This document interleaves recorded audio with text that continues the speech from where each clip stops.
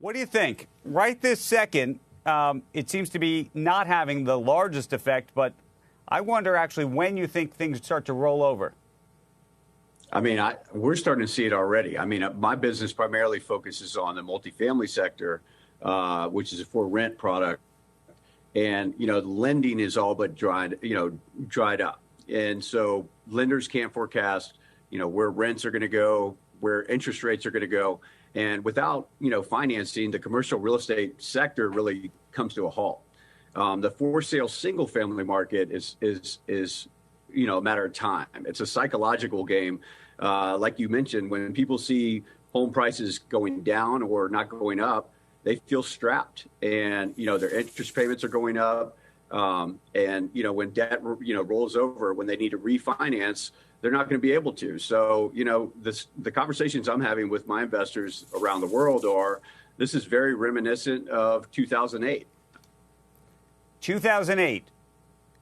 We know what happened in 2008. You think that actually there's a possibility when you start to think about the real estate complex that actually rolls over in such a bad way that we actually get back to that moment?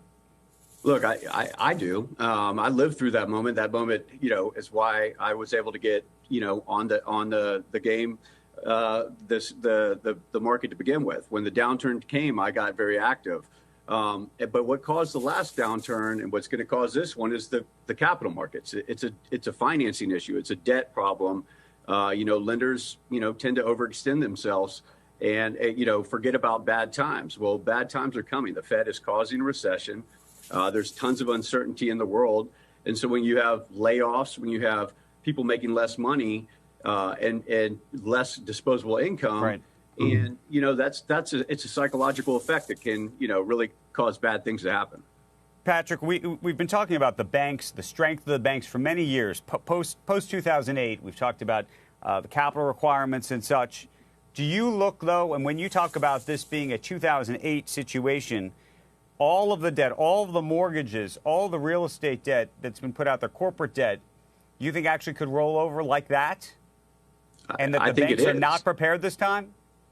Of course not. And, I think that, what happens is they may be, behaving well, but the people they're lending money to, the debt funds out there, these phantom banks that have popped up, they aren't, they're not using the same risk measurements. So when they go down, the banks that have lent them a lot of money have problems. And I'll tell you right now, there's no financing available from banks. Banks are not quoting property investments. Like, if I go to buy a property, I used to get 20 term sheets.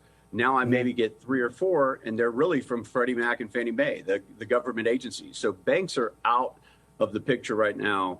There is no lending going on. So, what that tells me is they have a lot of problems on their hands that they may not be necessarily disclosing.